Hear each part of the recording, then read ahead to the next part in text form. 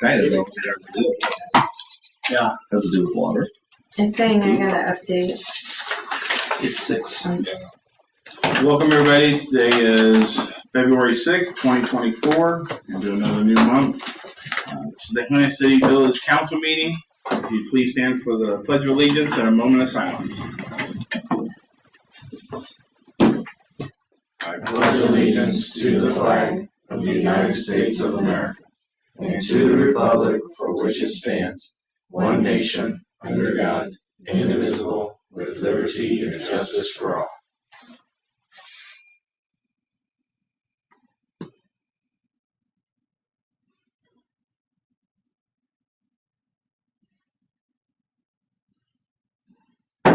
Thank you. You may be seated.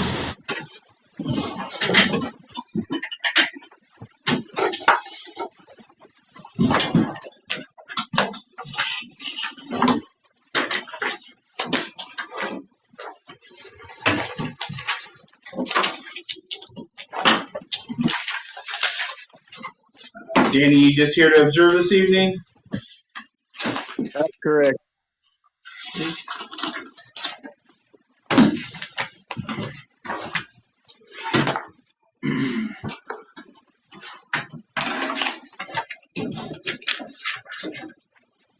And then we need to have a public hearing on Lagoon Solar project proposal.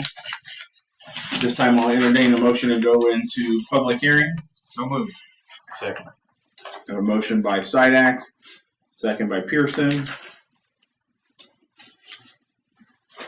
All those in favor signify by saying aye. Aye. Opposed, nay. Motion carries. We are in a public hearing on the Lagoon Solar project proposal. Jason, the floor is yours. All right.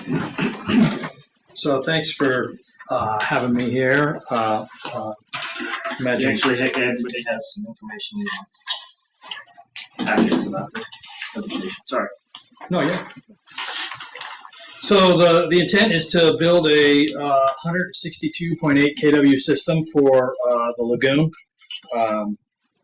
There on the north end of town, northeast of town, I guess. And this project will offset roughly 98% of the energy needs for this facility. So typically solar projects, the concept is you obviously have an investment to build the project on the upfront side. And then these projects have tax credits and other incentives that support the development. The big one on the front side of the deal is the tax credit. Now, historically, municipalities and nonprofit organizations weren't eligible to utilize the tax credit because obviously you're a nonprofit or tax-exempt organization that doesn't pay taxes. So you don't have anything to credit against because historically it was just that. It was simply a credit. But last year, actually in 2022, I suppose, they made a change to the tax credit law, which allowed for nonprofit organizations and municipalities to take the tax credit as a cash payout.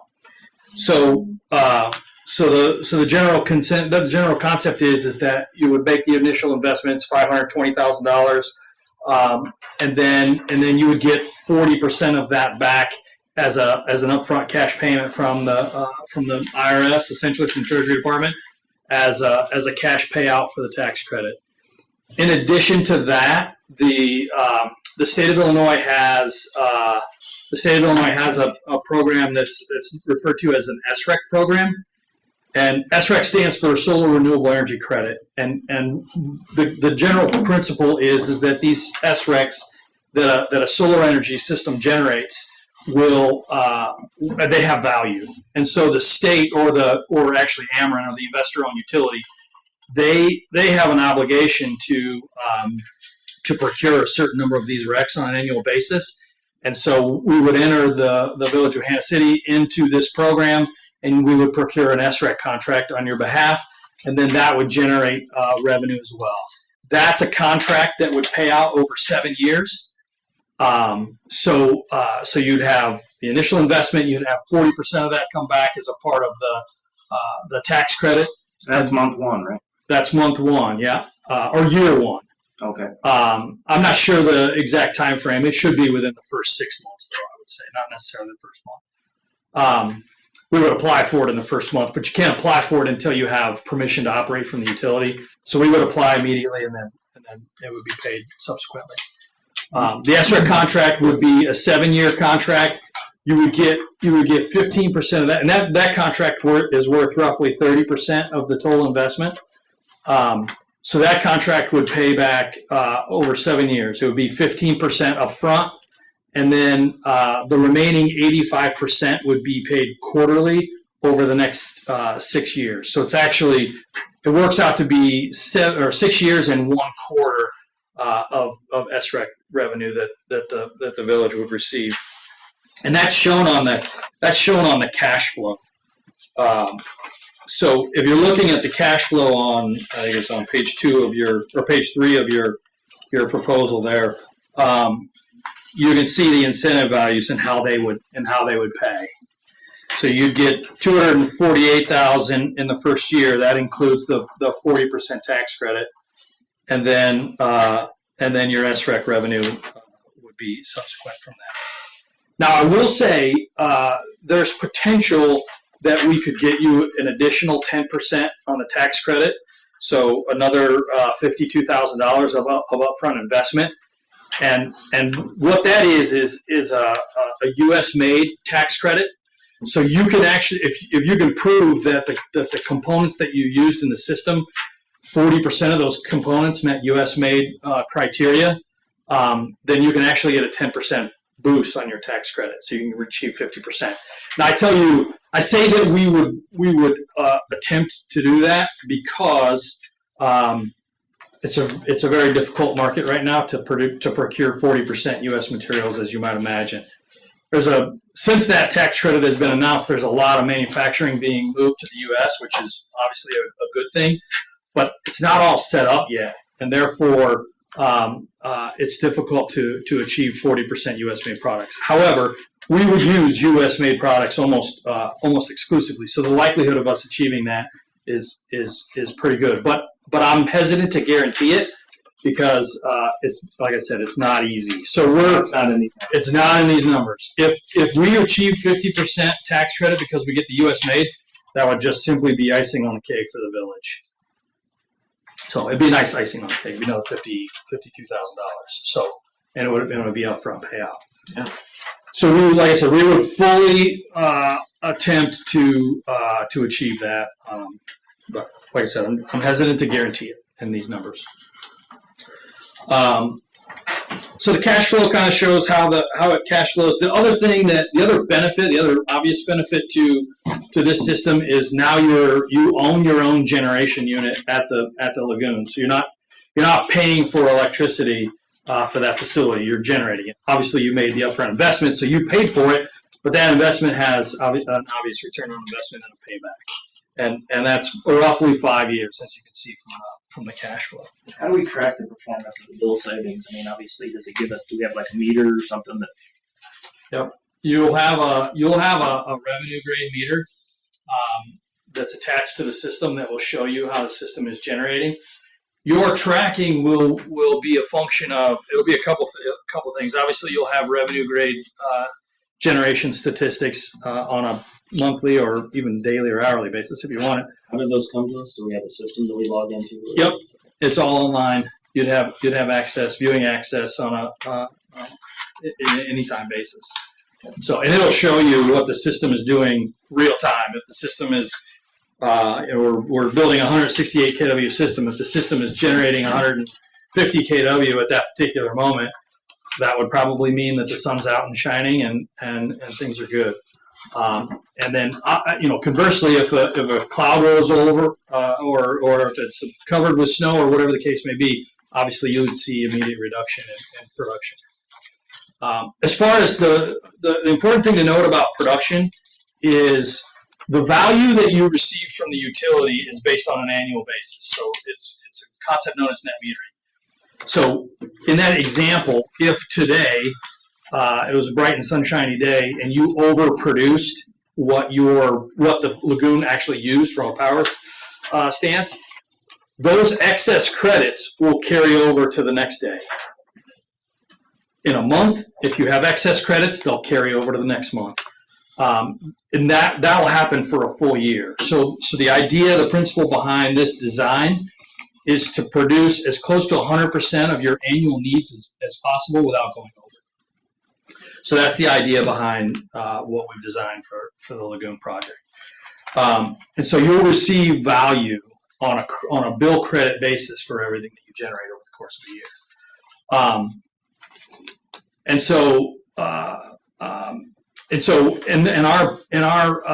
Our estimate of annual production takes into account cloud cover, snow days, and takes into account any form of soiling that the system might have that would slow production on a particular day basis. So we met out at the site, so on the third page there, which is the layout page. So Brian and I and the village's team, we met at the site to do the design of where we put the array. One thing to note is that the tree on the top of the hill there by the large lake, that tree will have to go. And then we also talked to the team about maybe trimming back the trees behind the array to make sure that they don't leak over above the array. Outside of that, there's obviously the array to the far north is facing south, which is ideal. We would likely, the array to the east there, we would likely reduce the tilt for that array so we catch as much sunlight as we possibly can. You don't want a 30-degree tilt facing west in that case, because then you cut off half your day of sunlight. So yeah, and again, all of those factors are taken into account for our generation estimates. I think the biggest thing, we also talked about, there's also been consideration of financing the project, and obviously probably lots to discuss on your side, but we've looked into financing the project and had some conversations with the bank that we work with on a fairly regular basis, and they understand these projects, how to finance them, and things of that nature. So more than happy to have conversations about that. Outside of that, I'll turn it over to questions, and those are the kind of the high-level concepts behind what we're proposing. I have a question. Yes, sir. The bank on the east. Yep. Is there a reason why it has to all be in a straight line and north-south, or could it be broken into like 10-foot sections facing the south? It could be broken into 10-foot sections going to the south, and we considered that when we were out there. But that slopes down off that right to the fence. And we felt like it wasn't going to work very well. There wasn't enough space there to really kind of break that up. Frankly, that was kind of our original consideration there, but we backed off that. It does drop off. I didn't think about that. Yeah. I was just curious. That's a really good question. Makes sense, because you are trying to achieve as much southern exposure as possible, so it makes perfect sense. At one point, you summarized the numbers for me, and I think it was we were roughly, our total out of pocket was like, when it's all said and done, $6,000 versus. Is that right? Yeah. So when we compared the annual cash flow to the financing structure of the deal, there was a delta there of about $6,000, because in the first year you have a positive even over your financing costs. In the early stages, so how the bank usually sets these financing deals up is it's not your typical loan where you have a flat payment for X amount of years. They actually set it up where your principal is pretty flat, but your interest goes down over time. So ultimately what that means in the grand scheme of things is you have first year you're positive cash flow. The next 4 or 5 years, I brought that with me. I think it was like less than 3,000 a quarter, about 1,000 a month. Is that right? Yeah, it is about $1,000 a quarter in the first 9 quarters. So 3 years. So your first quarter you're negative $1,200. Your second quarter you're negative 1,000.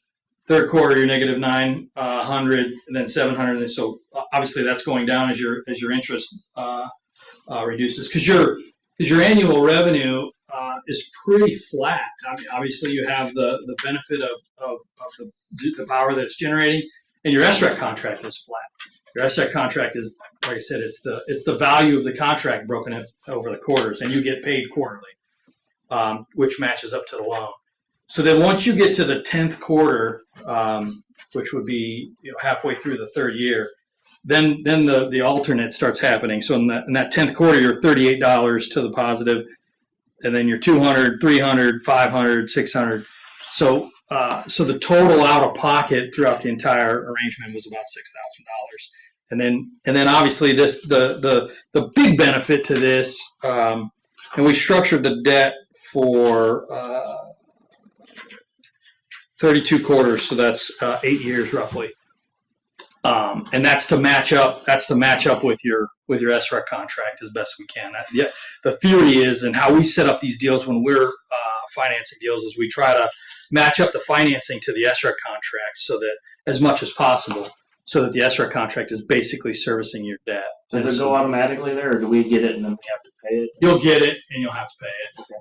And so, but we would have to budget for about $1,000 for 10 quarters, roughly. Yep. Which, I mean, we put $1,000 a month into the Lagoon capital today, so we'd be able to cover that no problem. Yep. And then eventually you get 30,000. Once it's positive, we're getting $30,000 a year for 20 years, or how many years? Yep. The total net benefit, when we just looked at it from a cash basis, cash flow, so assuming you actually put in the 520 as opposed to financing it, when we looked at that cash flow, it paid for itself. That's the cash flow on page 2 there. It paid for itself after 5 years, and then it nets $500 and some odd thousand positive over the life of the asset.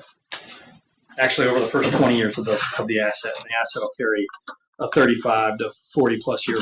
It'll produce for 35 plus years. It's warranted for 25. The modules are. So after 20 years, you've paid your investment back and earned $500,000. And that equates to. I did the math. I didn't present these numbers previously, but I did the math before I came here tonight. But ultimately, after financing the deal, your 20-year return on investment is about 23%. What about the work that he's done on like 20 years or so, maintenance wise? That's a good question. So in that cash flow, I also included, we included insurance and maintenance on it on an annual basis, because you really should maintain it to some degree on an annual. I didn't know if that was a rumor. I've just heard after 20 years or so, there's a little bit more work that he's done than normal. Yep. That's in there. Yep. And that should be in there. Okay. What about, you're saying that insurance is your estimated cost. It's going to cost us to add it to our insurance to insure them? Yep. And do we know that our insurance will cover them? We haven't had that conversation. I mean, Have you done other municipalities? yes, I have, but historically we have owned those projects because, going back to the tax credit conversation, we always own those projects, so we would insure them. So I'm not sure who your insurance company is, but It's a municipal program. I mean, it's just a state I know. program. oh, then yeah, I'm sure they. I just know they're going to look at where they're at and how they're positioned Yeah. and how many there are, and the Yeah. value wise. Because that's a deal breaker too. If they're not going to cover them all, then I made a note we'll have to check. tornado rips them out the week after we're down all of it. Yeah. What is the, then what happens after 35 years, whatever, when they're. So after 35 years, you have a couple of options. number one, at the end of the day, the solar panels produce power, right? And the way they do that is they have an imbalance of electrons in the materials that make up the cells, and so over time, those the efficiency of the electrons and the efficiency of the conductive materials will reduce, and so that concept of a 25-year warranty says that you'll have 85% of the original rated output after 25 years. So now you get to 35, and you're at, I don't know, 75%, whatever that number is. So what happens is once you get to the 35, 40-year mark, you have a decision to make. It's producing X amount of kilowatt hours per year. Maybe that's enough. Maybe in 35 years from now, the efficiency of lagoon equipment has gone up to the point where that is enough power, and you let it go for another 5, 10, 15 years. The alternative is that either A, you pull it out and go back to grid electricity, which probably wouldn't be your decision, or B, you replace it with the latest and greatest at that time from a technology standpoint. So you gonna come back and explain that to us? In 40 years, I hope it's not me. Maybe it'll be my kids, but They're guaranteed for 25 years? they have a warranty Or warranty? Yep. Full warranty. on production. So you'll have typically some module manufacturers have 25-year product and production. Some have 15 and 25. But if You say production, it quits making electricity? Yep. How accurate's that 25, 35-year guarantee, though? Where's their 35-year-old solar panels that are still being used? Well, there's not a lot from the perspective of there is quite a bit. I mean, the Out market. west, though, they've been doing it for quite a while, though. Well, I'll tell you this. When I first got into this business in 2008, 2009, I went to a class in California, went through a series of training and stuff. Anyhow, he brought a module that had been installed in 1980 something, and it had the old technology. The cells were actually round, and we tested it, and it was still producing. And that was 1980s technology. When I was a kid, like late 70s-ish. Yeah. They were putting them on people's houses. I still Out see west? some. No, around here. Oh yeah. There's a house out on the way to Manitou. It still has all the stuff on it. I know I exactly what you're always talking drive by it and go, they still work. Yeah. You can tell they're old. Yeah. That's why I was just curious. I'm not so sure that's not a heating setup there It might versus electricity, but I know what you're talking about. I know that house. We built a project for Midwest Central High School in Manitou, so I go by there all the time. Yearly maintenance, everything is through your company. Can be. It doesn't have to be. I'm not tied to that. We'd be happy to provide that service, but I think you guys have a pretty quality team here that could likely. I mean, it's not. They're not difficult to maintain. You're really just checking connections, verifying some voltage readings, and that's the biggest thing. Is just to make sure that it's producing the way that it should, and that you don't have any problem areas that could be a bad connection of some sort. When you said that was included in there, I So thought potentially you could train our guys and then they could do it. Totally. Yeah, the numbers that I put in there for O&M that's the O&M that I would assume if we were doing it. But at the end of the day, like I said, your team could probably likely handle that with relative ease, and then that would save you some additional money, frankly. And if they have time, they could go down and wipe snow off it. Totally. Yep. Yeah, I've got a farmer that I built a system for probably 8-9 years ago, and his system outproduces every system in the area, and that's because he literally washes them and brushes snow off them, and that's part of his morning chores is to take care of his solar panels. mean, the other option is you could do it and finance it and everything, but the return isn't as great. Yeah, I mean, you're with the tax credit being a cash payout deal, it changes things quite a bit. It makes it much more. You're getting 70% of it back Yeah, in 6 years. yeah. And the reality is it used to be that you needed me, right? Because we were the ones that could monetize the tax credit. That was kind of the original theory behind our business. Luckily, we've been able to do that long enough now that we know how to build them and design them and such that we can, if you want to own it, we can do that too now.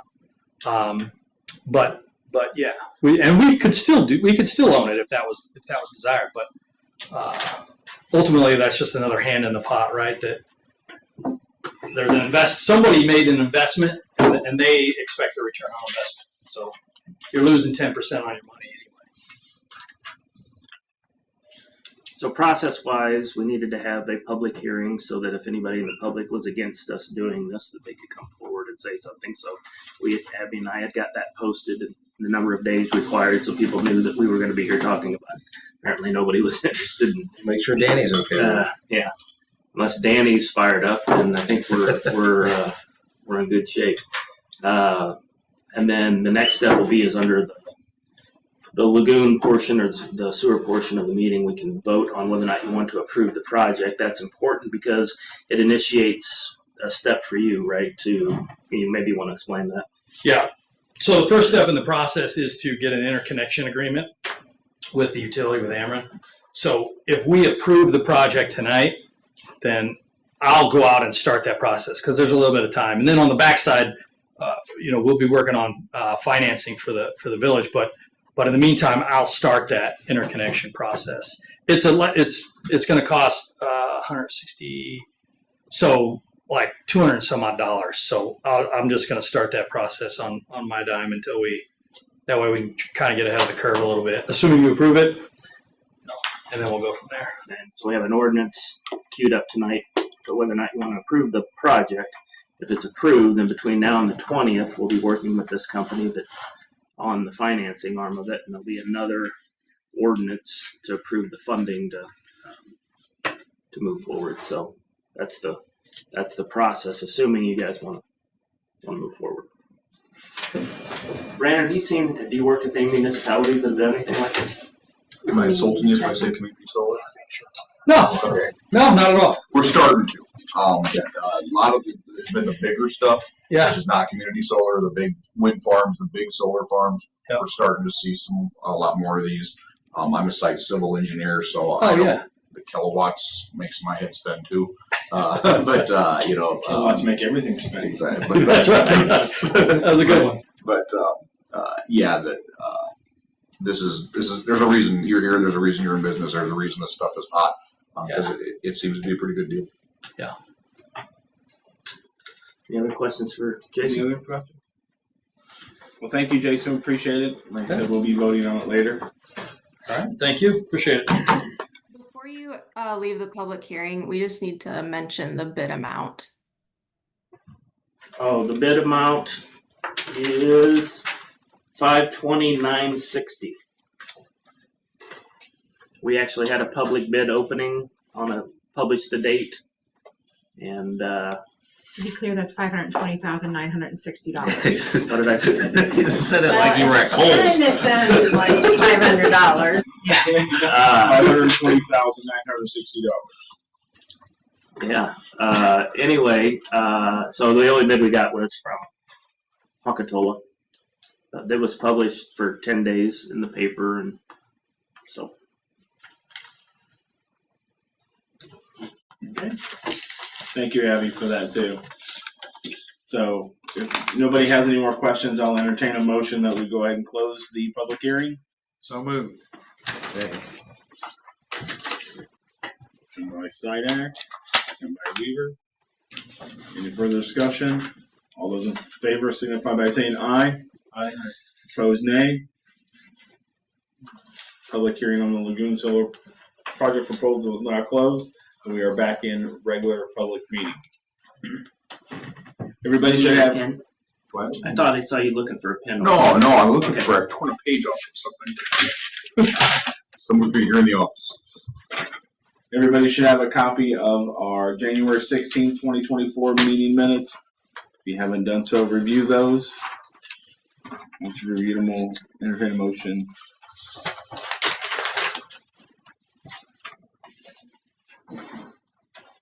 Make a motion, we accept the previous meeting minutes as submitted.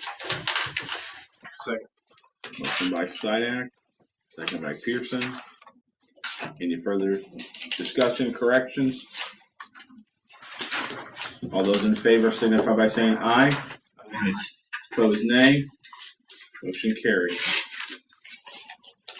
Everybody should have a copy of the treasurer's report that Cassandra has provided for us.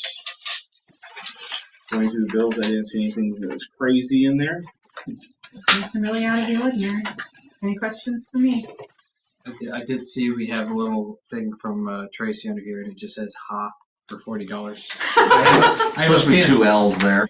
You're supposed to say hall Oh. cleaning. I had a feeling I knew what that It's was. supposed to say what? Hall Hall cleaning. cleaning. Sorry about that. It auto-populates, so I just typed in the first couple letters, and it usually. Sorry. I thought Tracy was trying to get over on us to say ha ha. So No, earlier I was no. like, $40, I'll make a motion to approve the treasurer's report and pay all the outstanding bills. Second. a motion by Chair Valley. Second by Sidak. Any further discussion? Roll call. Weaver? Yes. Miller? Yeah. Pearson? Yes. Chair Valley? Yes. Sidak? Yes. Motion carried. Mr. Lott? Oh, real quick. Oh. Illinois funds. Oh, $5,200 in interest this month, or in January. Sorry, forgot about that. Thank you. That was worth it. Brandon, go ahead, sir. Not anything that exciting. Fairly quickly, I just wanted to, a couple of reasons to come up tonight with MFT in this, but with the water tower chasing after the money with the EPA, as I mentioned a couple times ago here, really starting to kind of get back into this thing. In 2020, we had justified the need for a tower, put together the plan, so we've updated a lot of that. Now we're starting to get into the nitty gritty here, and the costs are significantly higher. We've talked about this at nauseam. But You still thinking 3 now? we have 3.5 in there. 3.4 is where we're at. And again, you haven't bid it, so you don't really know. But now when you begin to submit some of these things to the EPA, this is where it gets a little odd. So you take the 3.4 million, 20 years at 1.8%. Again, no forgiveness. You don't really know what that number is. You're assuming you're financing every bit of it. You're assuming you're not using any cash reserves. That's divided out by, it's a $206,000 annual payment to pay back that loan, divided by the number of bills, average use. You get a pretty hefty jump in your water rate. And it's worst case scenario. You send it in there, they chew on it. That's fine. Until we bid it, until you get loan terms, until you decide what you want to do with any capital funds. Or even reduce the project when we bid it. I hate that. Sometimes this stuff gives you a little sticker shock, and but it's just you have to get to that point where you get to the. If we don't get a significant amount of forgiveness, it's Exactly going to be a problem. Exactly. So this assumes none, because why would we? We can't. So I hate to, that's one of the reasons we want to be a little cautious with those costs going up. So it's just a planning document. So that went in yesterday. I don't think you can go through the copy, so I've got one here for you. It's just updating the planning. So it's justifying the project to the EPA. We've got the document you requested here for Tony to sign. And that's the second piece, is the existing user charge and certification. It's kind of a first cut at this of what would happen if you finance this entire project to your water bills. They go up quite a bit. It's just part of the application process. It's not the ordinance raising the bills. I just want to be clear that it's just planning. And this part is until such time that you have a real decision to make, we're sending paper to the EPA and reacting to it. So we continue to move down the path here. There'll be some more detailed work with some of these financial bits, sending in the environmental sign-offs, these sorts of things, to make sure we don't have historic preservation issues or wetlands and floodplains and all of the things that are included in here. They're just part of the checklist that we're going through. So. Just FYI, I mean, if you're using your numbers, 206,000 a year, divided that out, that's 17,000 and change a month. If we get 50% forgiveness, and maybe we won't, but if we did, cut that in half, 8,500 roughly. And we're already putting $10,000 a month in capital away for water. So if we got the forgiveness, I think we could cover it without raising rates. And even if we don't get 50, if we got 40, I mean, there's some room in there. I think we could. He wants to raise rates. No, I don't. We already have to. Well, yeah, that's another discussion underwater. We'll talk about that in a little bit. Yeah, so it's. I guess I just want to delay the groundwork that if we get forgiveness, I think it's doable with our current structure. That'd be great. Yeah. Obviously. He seems a little pessimistic, but No, I don't see. I mean, I don't see why they can't tell us no. They can tell us no, but then they can't tell us we have to replace anything. Well, or they can give us no 50% or whatever, and we can say we're not going to do it. And, we move on and do something. But it's the same people giving us the loan that want us to do the job. I understand. So it's like, sorry guys, you won't give us the money, we can't do the job. I mean, would they try to force you to do it without getting They can't. forgiveness? Yeah, like in the sewer stuff, that we had the compliance commitment agreements, and that's why we did some of those things. You work with them to develop a plan. Over the next 20 years, we'll do this, or 10 years. It helps you get financing when you're in trouble. So I force no. You may, they can force you into an agreement. Not to say you have to spend it tomorrow, but we will put a program in place to get this thing up in 10 years, whatever the case may be, whatever your negotiating skills might be. Well, I had Cassandra run the numbers for me, but from 2019, I let her go back and look at how much capital we were putting aside at that point. And today, if you don't count the sewer loan, you can count it. That can be capital or not, but if you count the sewer loan, we've increased our annual capital distribution by $108,000, 72%, something like that, and $138,000 if you don't count the sewer loan, which we've paid off. So we've significantly increased the amount of money that we're able to put aside for, and I think we can continue to do that. These are not decision-making numbers that we're putting down here, unfortunately, and that's the part of this I don't. So that's all you needed from us was. All I need is that if you were able to fill some of it doesn't apply. No, we filled it up. Did you get? You look at it and tell us if there's anything missing. Yeah, like the debt service charge, capital improvement charge, Exactly. that stuff didn't apply. Yeah, if that's how you see your rate structure, then it works for me. Yeah, I knew I didn't give you a whole lot of time, so I was okay with the signature. We'll figure it out in the next couple of days. But if you got it, fire that back in and add it to the pile. We just need to get a copy so we can have a copy. Perfect. So that's all I have on that issue. We can do MFT now or later. Let's do MFT during the street Absolutely. stuff. That's okay? He's gonna hit stick around for the MFT. Okay. So, thank you, Brandon. Thank you. Abby, that's you. I have nothing to report. Nothing to report. Been waiting all this time, and nothing to report. I'll let them know. I have a weekly standing meeting with Tony at 11 on Tuesdays, and now I have a weekly standing meeting with Abby at 10:30 on Tuesdays. So we just hold all of our emails and everything, just get together for 15 minutes to a half an hour, do all our business at that time. And if we don't need to meet, then we don't meet. We didn't meet today, but I think it's better for both of us, a little bit more efficient way to handle it. So Thank you, Abby.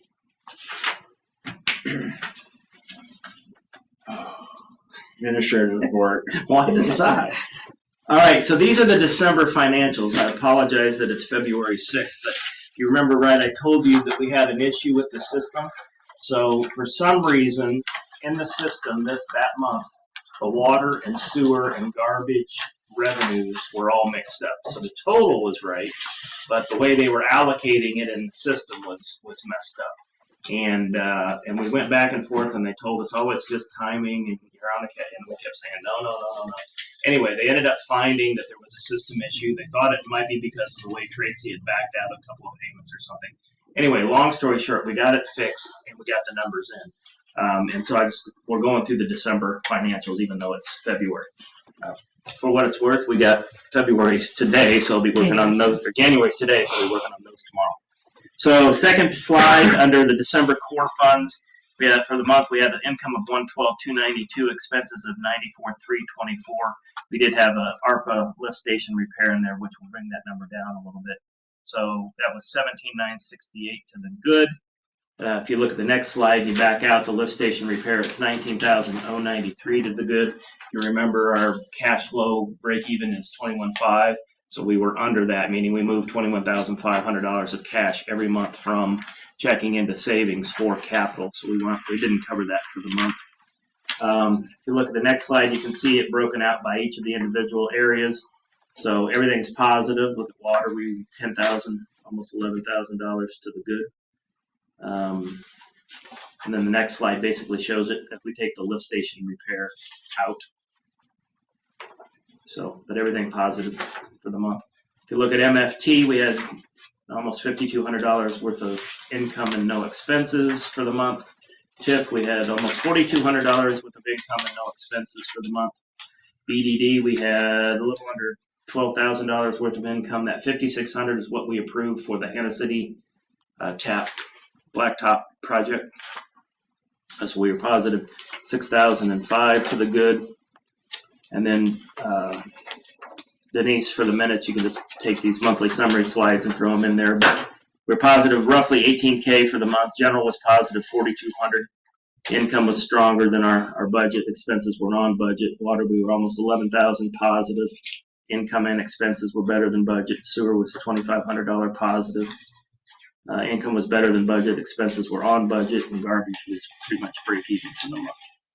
MFT, we were at $5,200. Income was slightly better than what we had expected, with no expenses. TIF, we were positive $4,200. Again, income with no expenses. And BDD, we were $6,000 positive, so income was better than what we expected, and then we did have the Hannah City blacktop expense. Then if you go to the year-to-date numbers, so you can see $1,093,261 of income, expenses of $894, but keep in mind that there's $98,165 of capital expenses in there that will back out. So with the capital in there, we were positive around $200,000 year to date. Next slide, if you back those capital dollars out from a cash perspective, then we're almost $300,000 to the good through December. And then the next slide shows the breakout of each of the accounts. You can see we're negative on sewer, but that's because we spent the $52,000 or whatever to do the sewer lining. That was a capital expense. So if you go to the next slide, slide 14, I backed those numbers out because from a cash flow standpoint, we moved the cash from savings in. So this is a better example of, slide 14 is a better example of what we've done year to date. Nice to see water, $72,000, almost $73,000 to the good. So everything's positive, tracking forward. MFT year to date, we're still getting income, expenses are done. Next slide, TIF. We're still positive $60,000, but in January we wrote the check where we did the rebate to the other taxing bodies for $40,000 to $43,000, something like that. So that'll be, we'll see a new number in the January numbers. BDD, again, I don't think we've got all of our expenses for the grants and everything done, but we're still getting income for the balance of the fiscal year. And then I got the summaries out there, so about $300,000 to the good on the adjusted basis. General's plus 156, water's plus 73, sewer 61. You can see how we stack against income and budget, or income and expenses against the budget. Let's see, MFT, we're negative, but we expected to be, we should be $20,000 negative that we thought we would be, that we take from our capital expense to cover the balance. That 80% to the taxing bodies, like I said, came out in January, so that'll be in the next set of numbers. And we should be positive at BDD at the end of the year. If you look at cash, checking, we've got $827,000. Savings, $1,117,000, total of $1,945. So operating wise, we were a little bit cash flow negative because we didn't bring in enough income to cover the amount. We covered all of our expenses, but we didn't cover all the money that we transferred from checking to savings to cover our cash. Year to date, we're fine, but for the month we were down. Questions? MFT will catch up by April, or MFT just needs the capital to stay on track? MFT, what we do normally is we budget, if I remember right, usually we spend about 80,000 a year, but our income's more like 60,000, something like that. So we're always digging into capital. Yeah, we're always looking like we're going to take 20 grand of what we bring in. Yeah, and then you can see the cash sheet on the other slide. We're still year to date operating cash positive by $105,000, but we did have some negative numbers for the month. You can see those highlighted in yellow. Why is our unemployment so negative? Because we didn't budget for income. We don't have any income in unemployment because we didn't levy for income in unemployment because we had a surplus of it. So we're taking small amounts out of it now. Okay. So it's just going to continue to go down because we have so much in there that can only be used on unemployment. Yeah, we got 12,000 in there that I'd like to move, but I won't let We can't. Yeah. So it's going to continue to go be negative because we didn't levy It's going to any take income. forever. Yeah. Yeah. That's what I want to know. So. Yep. That's all. That's all I got. Okay. Committee reports, finance, Mr. Charavalli.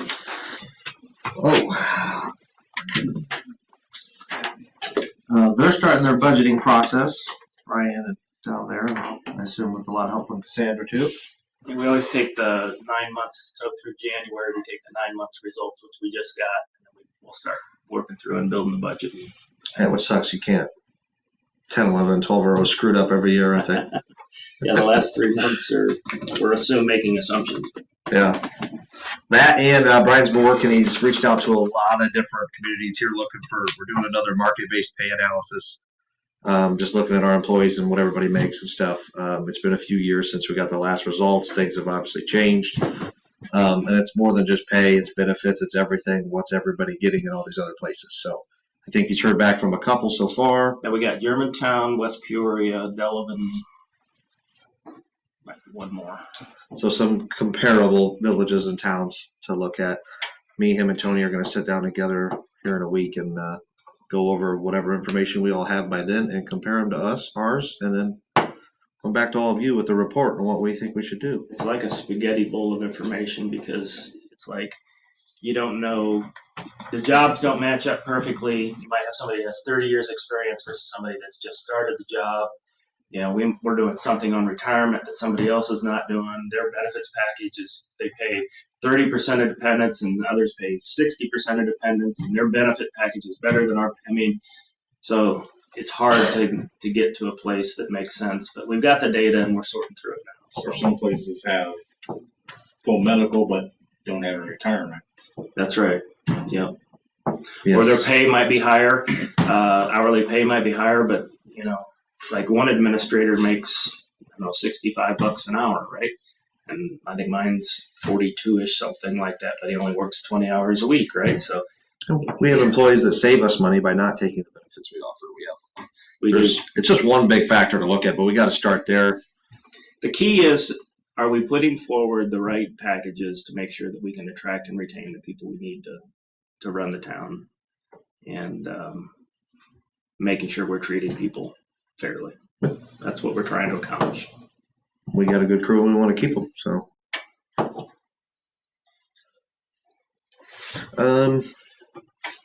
end of my report. Nothing under planning and zoning right now? Nope. Sanitary sewer, Mr. Pearson. Yeah, so obviously we talked about the solar project. You'll see the jacket. We got the ordinance to vote on tonight for the approving the bid for that. Are these both one and the same, Brian? There's the loan approval, or is that next? That'll be the one we have. I put it on the agenda because we didn't know whether or not we were going to have the finance documents. So that'll be pushed. The loan approval will be pushed to the meeting on the 20th. Right. All we're doing tonight is discussing and voting on whether or not you want to approve the project so that we can move forward. And basically, the ordinance that you have has it says there's an appendix or an attachment of a presentation that Jason went through is the attachment that goes with that ordinance. So I'll make a motion to approve the ordinance, approve the winning bid for local improvement project on solar installations for the village of Hannah City's lagoon. The only concern I have obviously now is the insurance. That's the only thing I see. I don't see it being a problem, but that's an answer we don't have. And I'm sure doing this doesn't matter to that fact. Correct. What I we'll just do don't want is- to go too far and not. What we'll do is if you approve the project tonight, it moves him forward. Right, I've that's got a what I wanna note do. that we'll look at the insurance. Plus, you'll have to approve the funding. So if it doesn't have the insurance, then don't approve the funding. Okay. Yes, I'm sure the insurance is fine, but that's last person that said that was not covered. So just wanted to double check. Okay. A motion by Pearson. Second. Second by Chair Volley. Any further discussion? And we'll roll call it. Miller? Yeah. Pearson? Yes. Chair Volley? Yes. Sidak? Yes. Hill, yes. And Weaver? Yes. And Weaver, yes. Motion carries. And Jason, you're welcome to stay, for your but you don't have to. for record, the ordinance was ordinance number 24-02-01. Do we have to do anything other than just file that ordinance for ourselves? Or do you want a copy? I mean, you can send me. I don't necessarily. The vote is good enough for me to get started. So, Abby, anything? Just we file it ourselves? Yeah, no, nothing specific, just the usual. if So anything send else a from me, let copy me to know. Abby. And Thank you. Yep. and Thank you. file it. And Thanks, Jason. All right, you might remember we had to repair a lift station. The work's already been done. We just have to approve the financials that we already spent. So make a motion to approve the lift station repair for $4,692.19 to Foremost Industrial Technologies. These were the pumps, right? Am I building the pumps? This is one of them. Yeah, there's gonna be another one coming. Probably, yeah. And that all stems from the clog of them, whatever. No, this was the water that water that Flooding. flooded the one on 116th, lift station on 116th, and then the belts burn out. Most miss out on that. Yeah. It was a weird scenario. We had flooding. The one right out there past Murphy Road, that one? It's before Murphy on your right, I think. Well, if you're going out of town, it's on the right. Yeah. You're- That one. Over Becky's property. That's the one.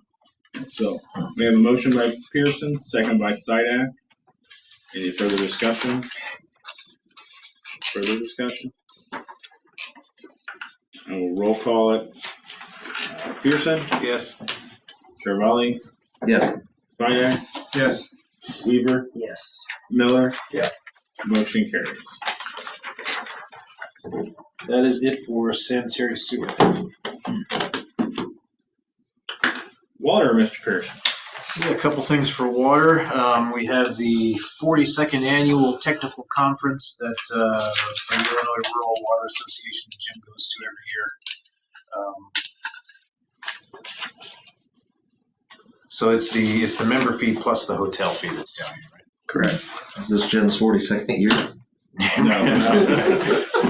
That's not nice. He's not here. I gotta call him and tell him that tomorrow.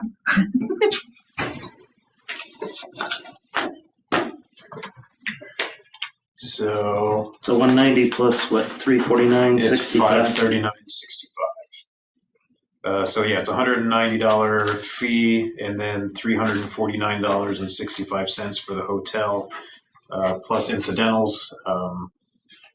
But that's not included in our price here tonight. So a total of $539.65. I will make a motion to approve plus incidentals for the conference. Second. Motion by Pearson, second by Chair Volley. Any further discussion on this? We'll roll call it. Chair Volley? Yes. Sidak? Yes. Weaver? Yes. Miller? Yeah. Pearson. Yes, Motion carried. that's on February 20 through 22nd, just so you know. Jim won't be around. Also, some other news, Illinois American Water has started the process to raise their rates again. It is an 11-month process. This is month number 1, I guess. We're just going to assume it's probably going to get approved, and they're looking for 24% increase. Last time was 40%, so that was 2 years ago. 2023, it went up 40%. This year, nothing. Next year, 24% if approved by the ICC. Yeah, so I guess it's good that we did that last increase, but even that, it's not going to come close to covering this. So a couple things to think about. First, just knowing that that's going to be coming our way most likely, but we had talked previously about talking to Pleasant Valley about that there, and we were locked into a contract with Illinois American for the next 4 years. Yeah, Abby, well, we did our own work and looked at the existing contract, and we believed that it showed with an auto renewal. I can't remember if it was 6 years. That we were year 1 and into a 6-year renewal or 7-year renewal, something like that. We've already started into the renewal. So yeah, our question is, do we want to spend a little time and money and ask them what the process is for leaving them, and also spend a little time and money asking Pleasant Valley to help flesh out what it looks like to go to them, so that we have a plan in place to stop this craziness. Does our contract just allow them to raise it wherever they want? Yeah, I think we did our own research last time. I guess the question we're asking is, would it be worthwhile or risky or whatever to go to Illinois American and say, can you just describe for us what our current contract is, what it says, and find out their perspective of where we are and what it would take for us to move away from them? Initially, we didn't want to have that conversation because we thought it might scare them a little bit, but then they raised the rates twice. We're a little less scared to do it. Yeah. Is there? Where do you draw a line in the sand? They just keep doing whatever they want. Well, they can't have a draw it higher. But isn't there any? Can all the towns get together? Or? And we can talk to the Illinois Commerce Commission, and Abby and I had a conversation about that. But we're not sure it's going to do, much good. Well, are they doing the same thing to their customers that they're doing to wholesale? $200 a month. Yeah, they're doing it to everybody. And the improvements they're going to make, we're not going to see any of those in the system here. Yeah, they said this is for infrastructure. I just wonder if it would be good or bad just to reach back to them, the guy that I've been talking to, and just say, can you tell me, if we want out, can you tell me what that looks like? I'm sure we're not the only people that would ask that question. They have to be getting some pushback. And see if they confirm, our thought, what Abby came up with, which is that. But we only have one option, right? The other option is Pleasant Valley. That's our only other option, correct? Correct. That are we. And then once we know what Illinois American's perspective is in terms of when we can get out, then we can have it. If it is 6 years, there's no sense in spending money now to determine what it's going to cost to bring Pleasant Valley over from Taylor Road until 4 years from now or whatever. Yes, I guess I would still go half. Process is. I'd still do half of that other process first. Do you remember why we closed our wells? Was it they weren't Treatment, sufficient? yeah, you've got terrible groundwater resources here. It was down and deep in the rock, and back in the day, they didn't do much to them. Now, if you were to meet standards, you would have to have a pretty nice water treatment plant that I'd love to design for you. But you decided you didn't want to be in the water treatment business. That's probably more than the water tower. Oh yeah. You might as well quadruple that. What was your point? I'll get to you in a second. The only thought in my head is talking to Pleasant Valley first. I mean, are we just assuming they're going to be substantially cheaper, or do we know that? Because why even? We got some numbers from them originally where it did look significantly cheaper. They were a little worried about. They didn't want to do anything public until we knew whether or not what we could get out of, if we could get out of. I just didn't know if you wanted to, poke the beast. I don't know. What do you think, Brent? Unless we knew. I mean, we're not a giant customer of theirs. But you are a customer. You're just a customer. Yeah, they're just selling you water. So I guess. Yes, but what's the repercussion? I think you can ask. Yeah, the way I do raise it 65% over. Right. Yeah. Next 2 years. E, what was your question? I was thinking this the other day as I was looking at my water bill. How much volume do they have at Taylor Road? How big a line did they run all the way out there? Is it enough to handle another town leaching onto it? So when we met with Pleasant Valley, they seemed to think they had the capacity to cover us. So they must have ran a pretty good sized line out there. But there's nothing public and nothing guaranteed, and no price is guaranteed, and nothing. And then we'd have to figure out how to bring it all the way across. Yeah, you've got a significant capital project there. How you would finance that, and rate structure, share that cost is a study to think that through. Yeah, they're not at your front door. Illinois American's at your front door. So once somebody else was there, it'd be easier to compare.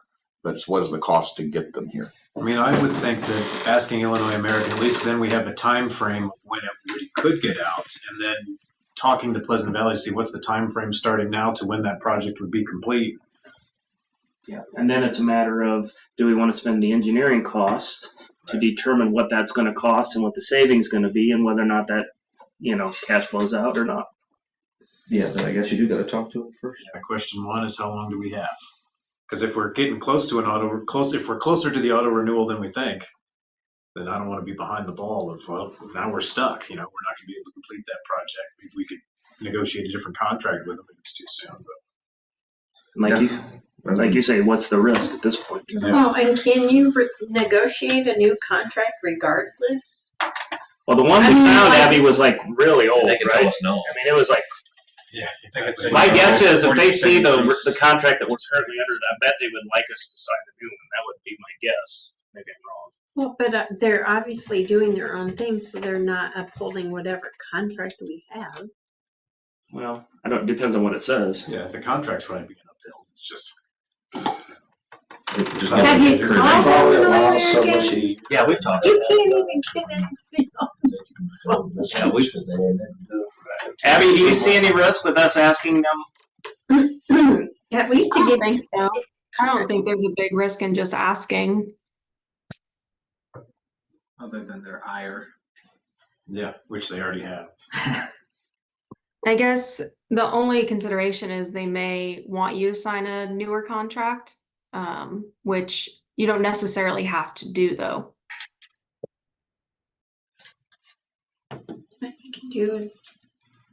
So you guys are okay with me reaching out and saying, what are the parameters of us getting out? Well, Find out what the parameters Find of our out. current contract are, yeah. our agreement with them. Tell them to make water cheaper. That cost. For all we know, they already broke the contract. It was Okay. pretty basic.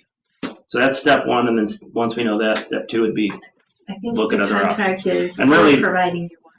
Fran, we're not missing anything, are we? The only other options we have would be Pleasant Valley. Logan, they probably aren't. Yeah, I mean, what we would do is, Well, Logan buys from Illinois American too.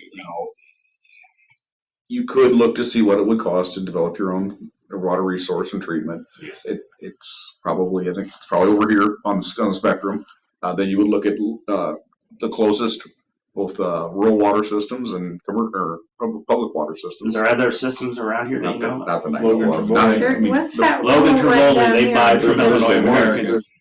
They're No, like what's this one down here? That's Logan That's- Trevoli. They buy or from that's, Illinois American. It's called It's something. called Illinois Rural Yes, Water. They're pretty expensive. right?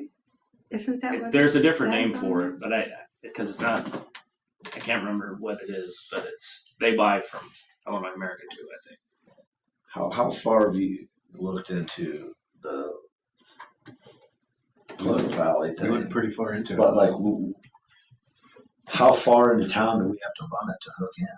Like at the edge, or does it have to be run all the way up We to be coming here, through or- your property. Yeah, I know, we've talked about it. That's, You gotta give us right away. We're getting rid of the track. no, there's already one there. We're getting rid of it. No, It's basically, there's already a, it's basically as the crow flies from Taylor Road to It's not that far. Murphy. Yeah, It's only probably about a mile and a half. I don't know. It might be 2 miles. No, it's I don't know. when you come across the woods, it's not that far because I've done it. And there's actually an old road through there that's I an don't old think abandoned you can road go that we through looked at. the farm. I mean, it's There's already an doable. easement. It didn't scare Pleasant That's Valley what- when we talked to them. Well, and a power easement. There's a power easement farther down Murphy Road. For some reason, I thought it was 30% cheaper was the number. Where were they thinking about tying in on Taylor Road? There's Is a, there anywhere of what though? We you don't know know where yet. you know where that little county place is there? The what? There's a county like garden, community garden on the left-hand side if you're heading towards 150. It's right You about mean The where big the farmhouse school- where the barn burned down? You mean where the, It's like a youth thing or something. Oh, yeah, Like, yeah, Children's yeah. Home. Weird. Scott's right Pride across or from it, there's a big or there's a bright red hydrant. But they carry water all the way down to what's that neighborhood on the left? Cobblestone. Cobblestone. Yeah, they cover a big area. I thought because I know a dude. Well, Adam's dad, Adam Woodson's dad, does something with that. And we were talking one day, but I didn't realize they were as big as what they are. But Where are they putting their new how tower? far do we got to hook in town though? Like, can we just hook on the edge of town? With the Somebody can not answer that in public. I don't know. I'm not working on that one. Okay. We've got an army of people who know that. I'm not one of them. I'm sorry. Get it hook on, Yeah, I did. on the east side of town though. Say what? Where would we have to tie into? We come into the Tell them to put it right here. There's a sort of like it's big enough to hook on the Spot right here. We come into through the lagoon and then eventually we come up here to the tower. We'll tear it down for you. yeah, so we'd have a lot of infrastructure too, because we'd be running our main to get it into town and the main to get it up here to the tower. Yeah, we looked at all that. And they said they'd be helping us with labor to a point. How big a pipe is it gotta be? 10-inch? Right, because the Illinois American Water runs through town and then just splits to ours and keeps going. And yeah, you're just one customer. Just So we're just going along. We're okay. I didn't know if it ended here, I didn't know if you could buy Well, step one's to have a part of their conversation line or about something to get it contract. back into town. Actually, that's per contract that line is theirs.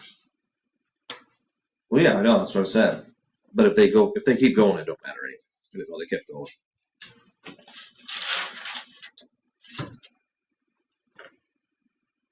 Yeah, I thought it was going to be, I thought 10% or something. I wasn't expecting 24%. Anything underwater, Mr. Pearson? That is it. Buildings and grounds, Mr. Weaver? Nothing under buildings and grounds. Streets and alleys, Mr. Weaver? We need to approve the 24-25 in the tree program. This is a proposal for 96,000. Yeah, 96,000. That's got the additional in it, the overage or whatever.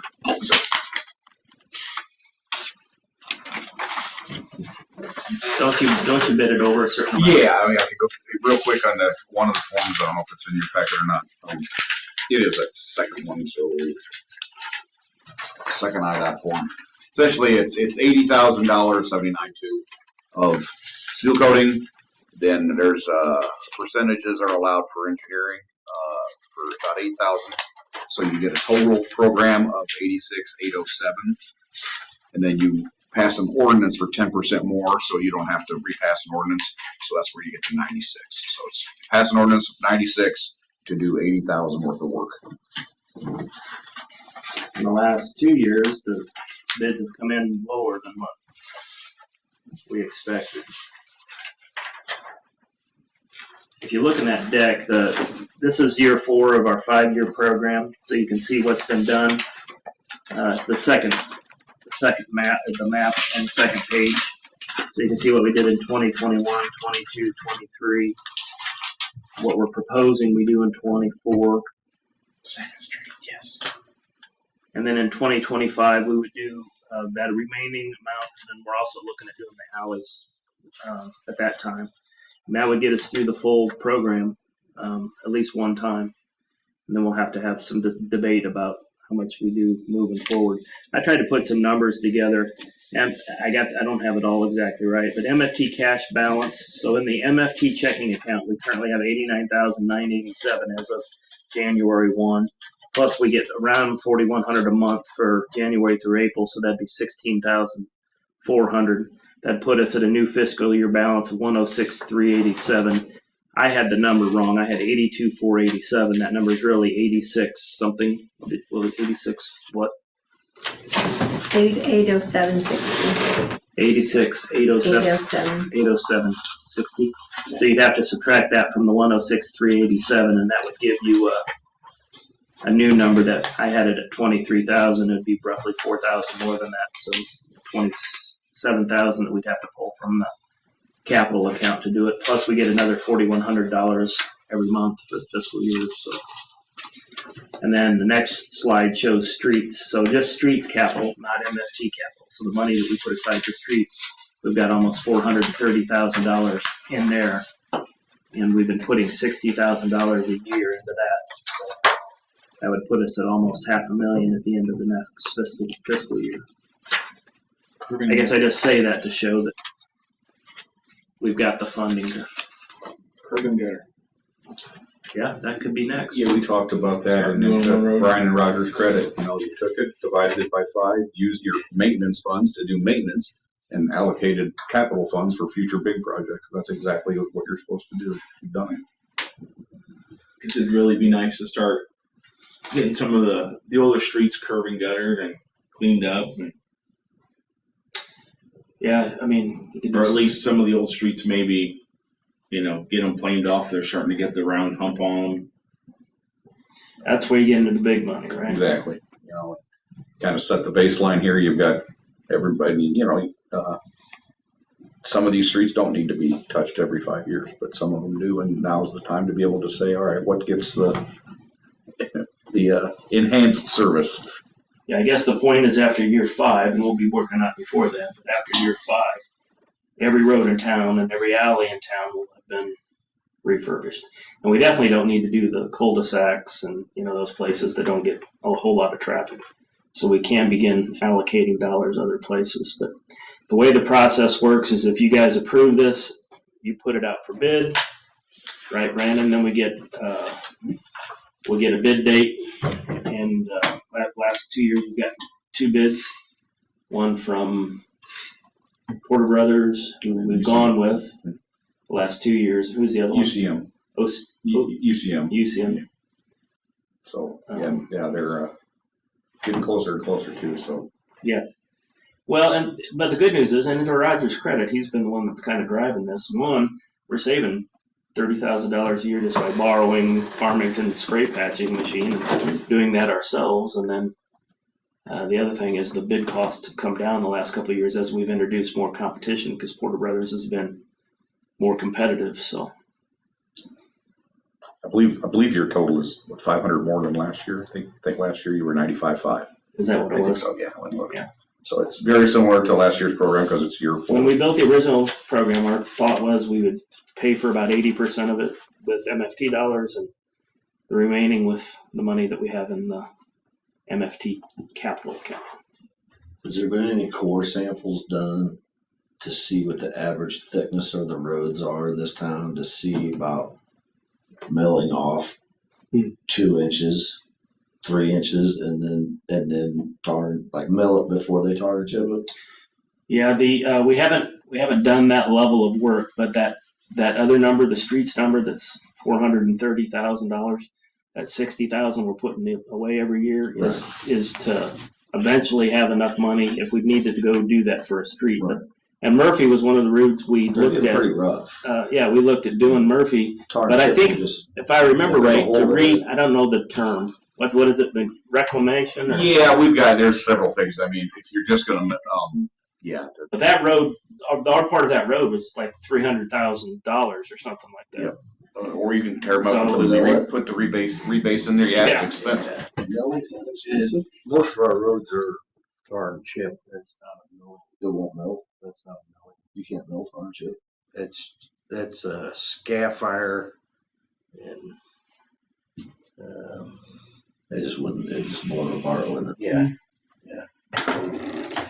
So what would we do to those roads to make them better? Because they get the hump, right? And so eventually you gotta. You take a motor grader, or you can use a big rototiller. You're Start from basically scratch. rototilling it up, and then just taking that material and then Redoing it, flatten it out. In place. spread it. How to do it in place. Repacking Yeah, it. you just do it in place and. And if I remember right, a couple of years ago when we looked at Murphy Road, I think you gave me a number of $300,000 or $350,000 to do that strip. Well, So- I think out there, you might remember correct. Some of that base is so bad, you can do that all day long. It's not going to last because the base is Yeah. bad. Right. And that I think And we some of those areas, I surgery. think we dug out and put We did. rejects. Yep. That's not, that's only up through his house, or is that Right. all of them? Right. It's up to- Because About it's like, middle, like- why fix the top if the bottom's gonna be so bad? I guess that's the point, is we gotta start having conversations of That's not if and how do we wanna. It's not that bad to spend that kind of money. That ain't that bad. The thing about tar and chip, it's just like painting a car. If you don't fix the rock chip, it's still there. It's just a lipstick. But if you can't mill it, you can't mill it. And he would know that. Well, and I'm like, I guess I don't travel around so much because I don't know what roads are so bad that they're impassable. So Rob, what would you think Okay. about, I mean, do you have any thoughts on that $500,000, what we would use it for? What would be the best uses? Are there certain roads that need it, or would we be better off doing curb and gutter, or would be better off Lighting. doing sidewalks or lighting? I mean, Yeah, there's. I mean, we still have a few streets. Carroll, Lakeshore. None of those have curb and gutters. Most of the others. Well, I mean, is that pretty expensive? Yeah. Buying pipes. We don't really have a flooding because problem. then you're talking about putting storm sewer in. There goes all your money plus a loan. Is it really bad flooding? I mean, I know at one time we talked about doing the north half of Main Street. Main Street, yeah. Continuing it, yeah. Well, those would be we got That'd be, maybe we might get a couple more blocks for $500,000. Would this be the same fund that sidewalks would be involved in too? Yeah. Because you talked about that too. The sidewalk project ideas. Yeah. Yeah, there's, the good news is we got every road covered. The bad news is, we got a lot more need than money. It's not that bad. Yeah, I think people are more worried about their drinking water than having sidewalks. I tell you what, we go back to dirt and gravel, man, and we'll have all kind. We'll have more lights than you've ever seen in this town. We'll put sidewalks everywhere if we just go back to dirt. So basically, you're voting to allow us to put this out to bid and move forward.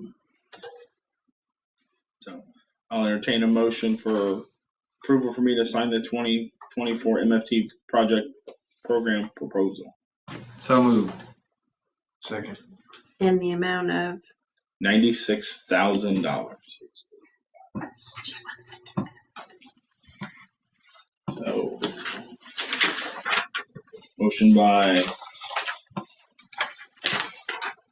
My name is Cider.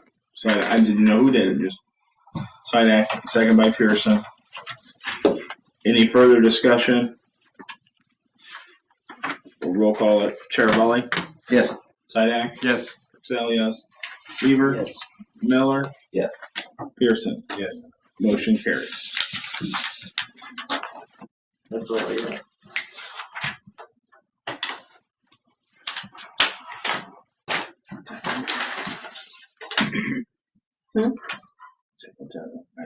Oh, Sidak. We got a grant application from the car wash. End of report. Spread the word. Spread the word.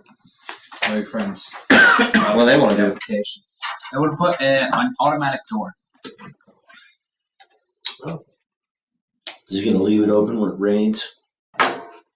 Yeah, so your car don't get wet. Does it need replacing? Yeah, they already have one.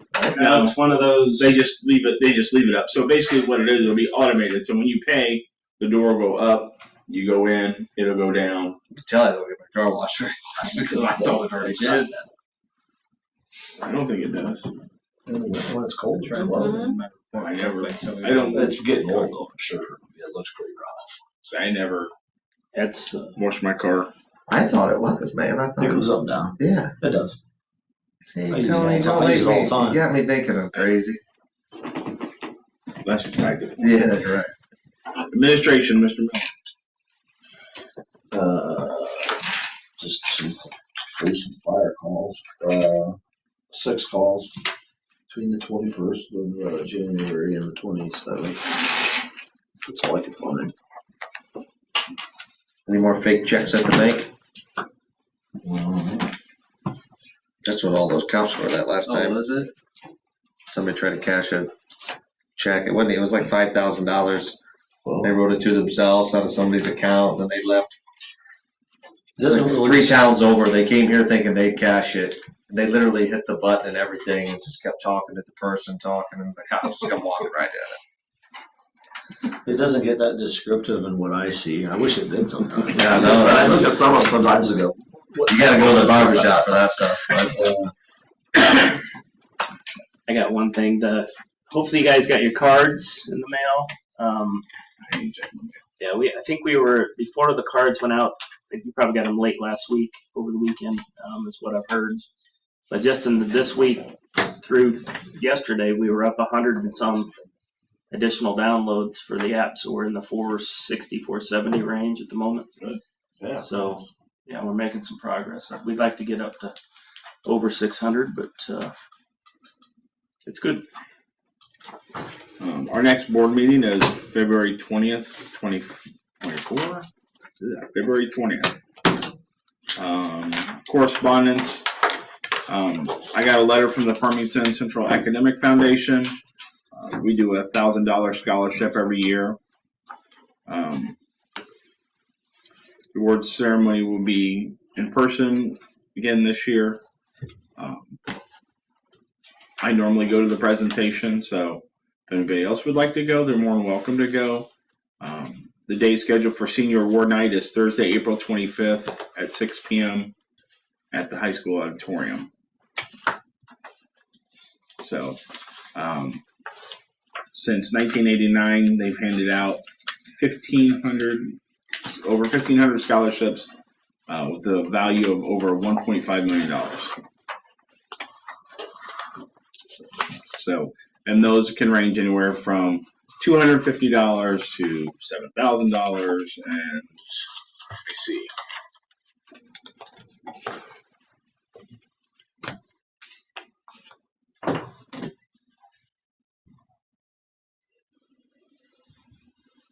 You see, there are 42 awards totaling over $70,000 raised to graduating high school seniors, including 2 $10,000 awards.